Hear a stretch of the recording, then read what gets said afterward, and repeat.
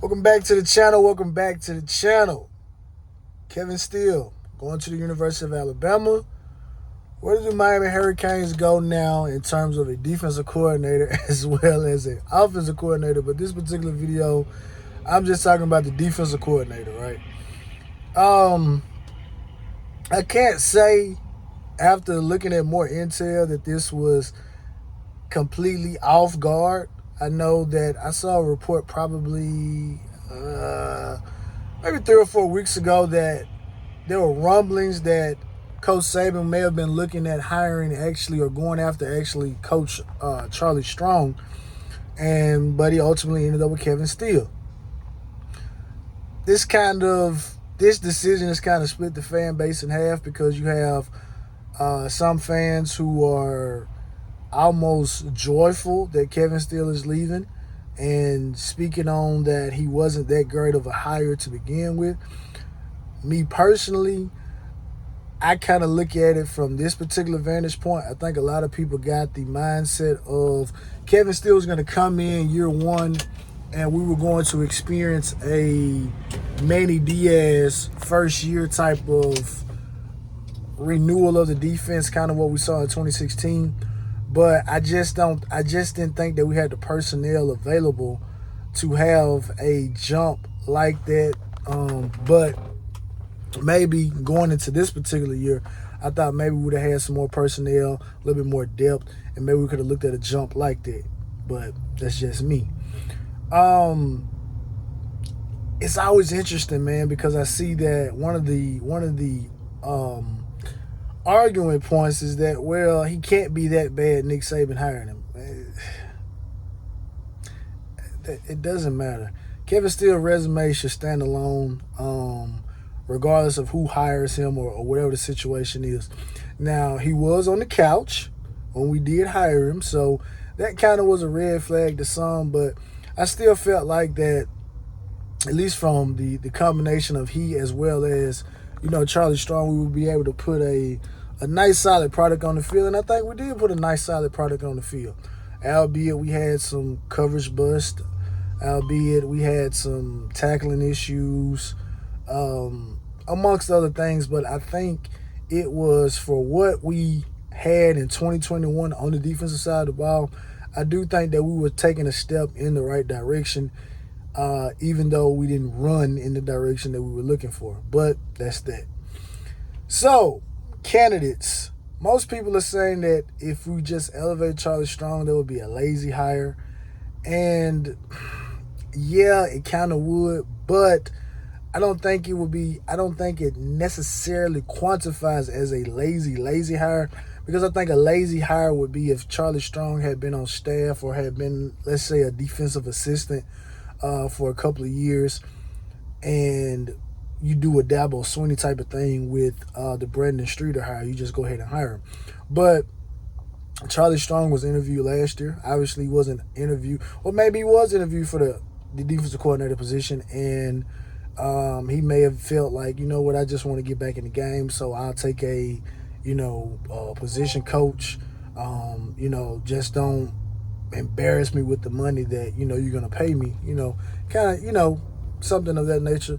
I wouldn't mind Charlie Strong being the defensive coordinator, just from a standpoint as I think maybe his system may fit a little bit better than what Kevin Steele was trying to do in terms of getting there, even though I feel like Kevin Steele in another year, the defense would have looked better. But I do think that it wouldn't be that much of a learning curve, because I think more or less he and Coach Steele probably worked together a lot to get the system together.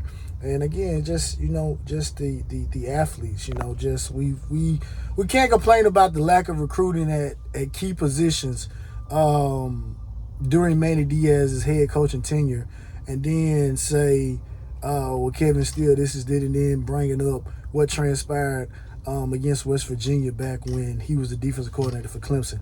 That West Virginia team was a very good team. So I mean, every defensive coordinator has gotten embarrassed, and it would be a completely different story, in my opinion, had that West Virginia team not been one of the best West Virginia, not just best West Virginia team, but just one of the best teams in college football that year, right? With probably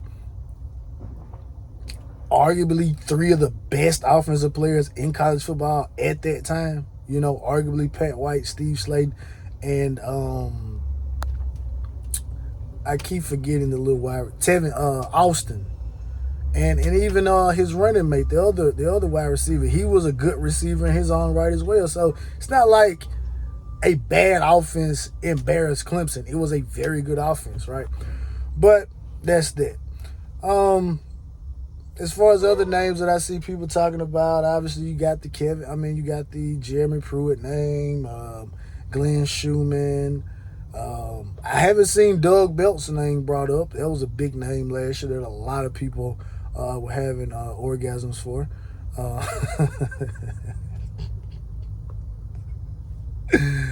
Man, I had to get that in there.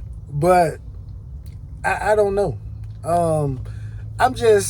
I'm almost just taken aback at the amount of just pure dysfunction that transpired this offseason, and just the amount of people that I'm just still just blaming the players when the culture was just bad from top to bottom from a coaching staff. You know, the buck did not stop on Mario's desk.